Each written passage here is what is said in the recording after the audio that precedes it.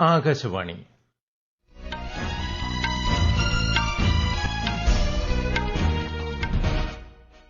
നമസ്കാരം. വാർത്തകൾ വായിക്കുന്നത് ഉദയൻ കിളിയന്നൂർ.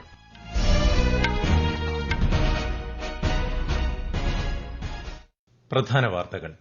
7ാം ഘട്ട ലോക്സഭാ തെരഞ്ഞെടുപ്പിന്റെ പരസ്യപ്രചാരണം നാളെ അവസാനിക്കും. വോട്ടെണ്ണൽ ജൂൺ 4-ന്. ഉത്തരേന്ത്യയിൽ വിവിധയിടങ്ങളിൽ ഉഷ്ണതരംഗ സാഹചര്യം തുടരുന്നതിനാൽ ജനങ്ങൾ ജാഗ്രത പാലിക്കണമെന്ന് കേന്ദ്ര ആരോഗ്യമന്ത്രി മൻസുഖ് മാണ്ഡവ്യ. റമാൽ ചുഴലിക്കാറ്റിനെ തുടർന്ന് രാജ്യത്തിന്റെ വടക്ക് കിഴക്കൻ സംസ്ഥാനങ്ങളിൽ ശക്തമായ മഴയും മണ്ണിടിച്ചിലും 33 പേർക്ക് ജീവഹാനി. കേരളത്തിൽ അതിശക്തമായ മഴ തുടരുന്നു. തിരുവനന്തപുരം മുതൽ എറണാകുളം വരെയുള്ള 7 ജില്ലകളിൽ ഓറഞ്ച് ജാഗ്രത, മറ്റു ജില്ലകളിൽ മഞ്ഞ ജാഗ്രത. Rudra M second air to surface missile വിജയകരമായി പരീക്ഷിച്ച് ഇന്ത്യ. വാർത്തകൾ വിശദമായി. 7ാം ഘട്ട ലോക്സഭാ തെരഞ്ഞെടുപ്പിന്റെ പരസ്യപ്രചാരണം നാളെ അവസാനിക്കും. 57 മണ്ഡലങ്ങളിലാണ് ജൂൺ 1-ന് അവസാന ഘട്ടത്തിൽ വോട്ടെടുപ്പ് നടക്കുന്നത്. വിശദാംശങ്ങളിലേക്ക്. 7 സംസ്ഥാനങ്ങളിലും കേന്ദ്രഭരണ പ്രദേശമായ ചണ്ഡീഗഡിലുമായി 904 സ്ഥാനാർത്ഥികളാണ് 7ാം ഘട്ടത്തിൽ ജനവിധി തേടുന്നത്. പ്രധാനമന്ത്രിയും ബിജെപിയുടെ മുതിർന്ന നേതാവുമായ നരേന്ദ്രമോദി ഇന്ന് ഒഡീഷയിൽ തിരഞ്ഞെടുപ്പ് പ്രചാരണ പരിപാടികളിൽ പങ്കെടുത്തു. മയൂർഭഞ്ച്, ബലാസോർ ലോക്സഭാ മണ്ഡലങ്ങളിലെ റാലികളിലാണ് അദ്ദേഹം പങ്കെടുത്തത്. കോൺഗ്രസ് അധ്യക്ഷൻ മല്ലികാർജ്ജുൻ ഖർഗെയും തിരഞ്ഞെടുപ്പ് പരിപാടികളിൽ പങ്കെടുക്കാനായി ഒഡീഷയിലെത്തി. ബിജെപി ദേശീയ അധ്യക്ഷൻ ജെ.പി. നദ്ദ ഝാർഖണ്ഡിൽ പ്രചാരണ പരിപാടിയിൽ പങ്കെടുത്തു. കോൺഗ്രസ് നേതാവ് രാഹുൽ ഗാന്ധി ലുധിയാനയിൽ തിരഞ്ഞെടുപ്പ് റാലിയെ അഭിസംബോധന ചെയ്തു. ബിജെപി നേതാവും രാജ്യരക്ഷാ മന്ത്രിയുമായ രാജ്നാഥ് സിംഗ് ബീഹാറിലെ പൊതുസമ്മേളനങ്ങളിൽ പങ്കെടുത്തു. ആർജെഡി നേതാവ് ലാലു പ്രസാദ് യാദവ് പാടലിപുത്രയിൽ പ്രചാരണത്തിനിറങ്ങി. ഉത്തർപ്രദേശിലും 7ാം ഘട്ടത്തിലേക്കുള്ള വോട്ടെടുപ്പിനുള്ള പരസ്യ പ്രചാരണം ഊർജിതമായി പുരോഗമിക്കുകയാണ്. അവസാനഘട്ട തിരഞ്ഞെടുപ്പിൽ ഉത്തർപ്രദേശ്, പഞ്ചാബ് എന്നിവിടങ്ങളിൽ 13 വീതവും, പശ്ചിമ ബംഗാളിൽ 9-ഉം, ബീഹാറിൽ 8-ഉം, ഒഡീഷയിൽ 6-ഉം, ഝാർഖണ്ഡിൽ 3-ഉം, ഹിമാചൽ പ്രദേശിൽ 4-ഉം, ചണ്ഡീഗഡിലെ 1 ലോക്സഭാ മണ്ഡലത്തിലുമാണ് വോട്ടെടുപ്പ് നടക്കുന്നത്. എല്ലാ ഘട്ടത്തിലെയും വോട്ടെണ്ണൽ ജൂൺ 4-ന് നടക്കും. News desk, Akashvani. ലോക്സഭാ തെരഞ്ഞെടുപ്പിന്റെ 6ാം ഘട്ടത്തിൽ പുരുഷ വോട്ടർമാരെക്കാൾ 3% കൂടുതൽ സ്ത്രീകൾ സമ്മതിദാനാവകാശം വിനിയോഗിച്ചതായി തെരഞ്ഞെടുപ്പ് കമ്മീഷൻ. 6ാം ഘട്ടത്തിൽ വോട്ട് ചെയ്തവരുടെ അന്തിമ കണക്കും കമ്മീഷൻ പുറത്തുവിട്ടു. 64.95% സ്ത്രീകൾ വോട്ട് രേഖപ്പെടുത്തിയപ്പോൾ സമ്മതിദാന അവകാശം വിനിയോഗിച്ച പുരുഷന്മാർ 61.95%. 18.67% ട്രാൻസ്ജെൻഡർമാരും വോട്ട് രേഖപ്പെടുത്തി. പുരുഷന്മാരെക്കാൾ കൂടുതൽ സ്ത്രീകൾ വോട്ട് ചെയ്തത് ബീഹാർ, ഝാർഖണ്ഡ്, ലഡാക്ക്, ഒഡീഷ, ഉത്തർപ്രദേശ് എന്നീ സംസ്ഥാനങ്ങളിലാണ്. ഉപരാഷ്ട്രപതി ജഗദീപ് ധൻകർ നാളെ ഉത്തരാഖണ്ഡിൽ 1 ദിവസത്തെ സന്ദർശനം നടത്തും. കെയ്ൻജി ധാമിലെ നീം കരോളി ക്ഷേത്രം അദ്ദേഹം സന്ദർശിക്കും. സന്ദർശന വേളയിൽ ഗോവിന്ദ് ബല്ലഭ് പന്ത് കാർഷിക സാങ്കേതിക സർവകലാശാലയിലെ അധ്യാപകരെയും ഉപരാഷ്ട്രപതി അഭിസംബോധന ചെയ്യും. 3 ദിവസത്തെ സന്ദർശനത്തിനായി പ്രധാനമന്ത്രിയും മുതിർന്ന ബിജെപി നേതാവുമായ നരേന്ദ്രമോദി നാളെ കന്യാകുമാരിയിലെത്തും. വിവേകാനന്ദ പാറയും സ്വാമി വിവേകാനന്ദൻ ധ്യാനത്തിലിരുന്ന ധ്യാന മണ്ഡപവും സന്ദർശിക്കുന്ന പ്രധാനമന്ത്രി ഇവിടെ ധ്യാനത്തിലേർപ്പെടും. ഡൽഹി മദ്യ അഴിമതി കേസിലെ ഇടക്കാല ജാമ്യം 7 ദിവസം കൂടി നീട്ടണമെന്ന ഡൽഹി മുഖ്യമന്ത്രി അരവിന്ദ് കെജ്രിവാളിന്റെ അപേക്ഷ സുപ്രീംകോടതി തള്ളി. ഇതോടെ മുൻ ഉത്തരവനുസരിച്ച് അദ്ദേഹത്തിന് ജൂൺ 2-ന് തന്നെ തീഹാർ ജയിലിലേക്ക് മടങ്ങേണ്ടിവരും. മെയ് 10-ന് ജസ്റ്റിസുമാരായ സഞ്ജീവ് ഖന്ന, ദീപാങ്കർ ദത്ത എന്നിവരാണ് ഡൽഹി മുഖ്യമന്ത്രിക്ക് ഇടക്കാല ജാമ്യം അനുവദിച്ചത്.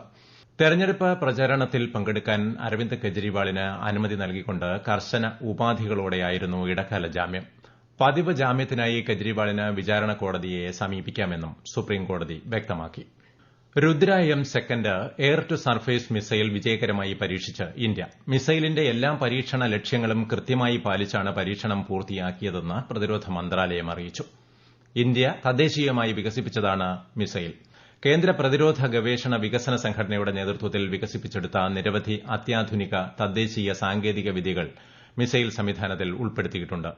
രുദ്ര എം മിസൈലിന്റെ പരീക്ഷണം വിജയകരമാക്കിയതിൽ ഡിആർഡിഒ, വ്യോമസേന എന്നിവരെ രാജ്യരക്ഷാമന്ത്രി രാജ്നാഥ് സിംഗ് അഭിനന്ദിച്ചു. മിസൈലിന്റെ വിജയകരമായ പരീക്ഷണം സായുധ സേനയുടെ ശക്തിയും ആത്മവിശ്വാസവും ഇരട്ടിയാക്കുമെന്ന് രാജ്യരക്ഷാമന്ത്രി പറഞ്ഞു. ഈ വാർത്തകൾ ആകാശവാണിയിൽ നിന്ന്. ആകാശവാണി വാർത്തകളും വാർത്താധിഷ്ഠിത പരിപാടികളും all India radio news Thiruvananthapuram എന്ന യൂട്യൂബ് ചാനലിൽ ലഭ്യമാണ്. കൂടുതൽ വാർത്തകൾക്കായി @all India radio news Thiruvananthapuram എന്ന ഫേസ്ബുക്ക് പേജും @AER_News_TVM എന്ന എക്സ് ഹാൻഡിലും സന്ദർശിക്കാം. രാജ്യത്ത് വിവിധയിടങ്ങളിൽ ഉഷ്ണതരംഗ സാഹചര്യം തുടരുന്നതിനാൽ പൊതുജനങ്ങൾ ജാഗ്രത പാലിക്കണമെന്ന് കേന്ദ്ര ആരോഗ്യമന്ത്രി മൻസുഖ് മാണ്ഡവ്യ. അത്യാവശ്യ കാര്യങ്ങൾക്കല്ലാതെ പുറത്തിറങ്ങരുതെന്നും ധാരാളം വെള്ളം കുടിക്കണമെന്നും അദ്ദേഹം ജനങ്ങളോട് അഭ്യർത്ഥിച്ചു. അതേസമയം രാജ്യതലസ്ഥാനത്ത് കനത്ത ചൂട് തുടരുന്ന സാഹചര്യത്തിൽ നിർമ്മാണ സ്ഥലത്തെ തൊഴിലാളികൾക്ക് ഉച്ചയ്ക്ക് 12 മുതൽ വൈകിട്ട് 3 മണിവരെ ശമ്പളത്തോടുകൂടിയ അവധി നൽകാൻ Delhi lieutenant governor V K Saxena ഉത്തരവിട്ടു. കഠിനമായ ചൂടിൽ നിന്ന് തൊഴിലാളികളെ സംരക്ഷിക്കുന്നതിനാവശ്യമായ നിർദ്ദേശങ്ങൾ പുറപ്പെടുവിക്കാൻ ഡൽഹി ചീഫ് സെക്രട്ടറി നരേഷ് കുമാറിന് ലഫ്റ്റനന്റ് ഗവർണർ നിർദ്ദേശം നൽകി.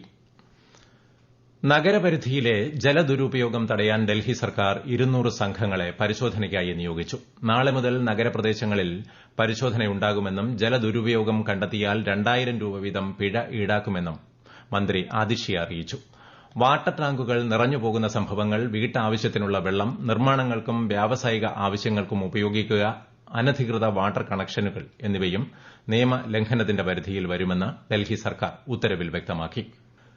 റമാൽ ചുഴലിക്കാറ്റിനെ തുടർന്ന് രാജ്യത്തിന്റെ വടക്ക് കിഴക്കൻ സംസ്ഥാനങ്ങളിൽ ശക്തമായ മഴയും മണ്ണിടിച്ചിലും റിപ്പോർട്ട് ചെയ്തു. ഈ മേഖലയിൽ കേന്ദ്ര കാലാവസ്ഥാ വകുപ്പ് ചുവപ്പ് ജാഗ്രത പ്രഖ്യാപിച്ചിരിക്കുകയാണ്. ചുഴലിക്കാറ്റിനെ തുടർന്ന് കഴിഞ്ഞ 24 മണിക്കൂറിനിടെ 33 പേർക്കാണ് ജീവൻ നഷ്ടമായത്. നഗാവ്, ഹോജായ്, ദിമ ഹസാവോ തുടങ്ങിയ 8 ജില്ലകളിലെ എല്ലാ വിദ്യാഭ്യാസ സ്ഥാപനങ്ങളും അടച്ചിടാൻ അസം മുഖ്യമന്ത്രി ഹിമന്ത ബിശ്വ ശർമ്മ നിർദ്ദേശം നൽകി. ത്രിപുര, മണിപ്പൂർ, മിസോറാം തുടങ്ങിയ സംസ്ഥാനങ്ങളിലും തുടർച്ചയായ മഴയെ തുടർന്നുണ്ടായ മണ്ണിടിച്ചിലിൽ വലിയ നാശനഷ്ടങ്ങൾ ഉണ്ടായിട്ടുണ്ട്. പശ്ചിമ ബംഗാളിലും അടുത്ത 5 ദിവസം ശക്തമായ മഴയുണ്ടാകുമെന്ന് കാലാവസ്ഥാ വിഭാഗം അറിയിച്ചു. കൊൽക്കത്ത ഉൾപ്പെടെയുള്ള തെക്കൻ ബംഗാൾ മേഖലയിൽ മഴയ്ക്ക് ശമനമുണ്ടാകുമെന്നും അറിയിച്ചിട്ടുണ്ട്. കേരളത്തിൽ അതിശക്തമായ മഴ തുടരുന്നു. തിരുവനന്തപുരം മുതൽ എറണാകുളം വരെയുള്ള 7 ജില്ലകളിൽ കേന്ദ്ര കാലാവസ്ഥാ വകുപ്പ് ഓറഞ്ച് ജാഗ്രത നൽകി. തൃശൂർ മുതൽ കാസർഗോഡ് വരെയുള്ള ജില്ലകളിൽ ഇന്ന് മഞ്ഞ ജാഗ്രതയാണ്. നാളെ തിരുവനന്തപുരം മുതൽ കോഴിക്കോട് വരെയുള്ള 11 ജില്ലകളിൽ മഞ്ഞ ജാഗ്രത നൽകിയിട്ടുണ്ട്. അടുത്ത 24 മണിക്കൂറിനുള്ളിൽ കേരളത്തിൽ കാലവർഷം എത്തുമെന്ന് കാലാവസ്ഥാ വകുപ്പ് വ്യക്തമാക്കി.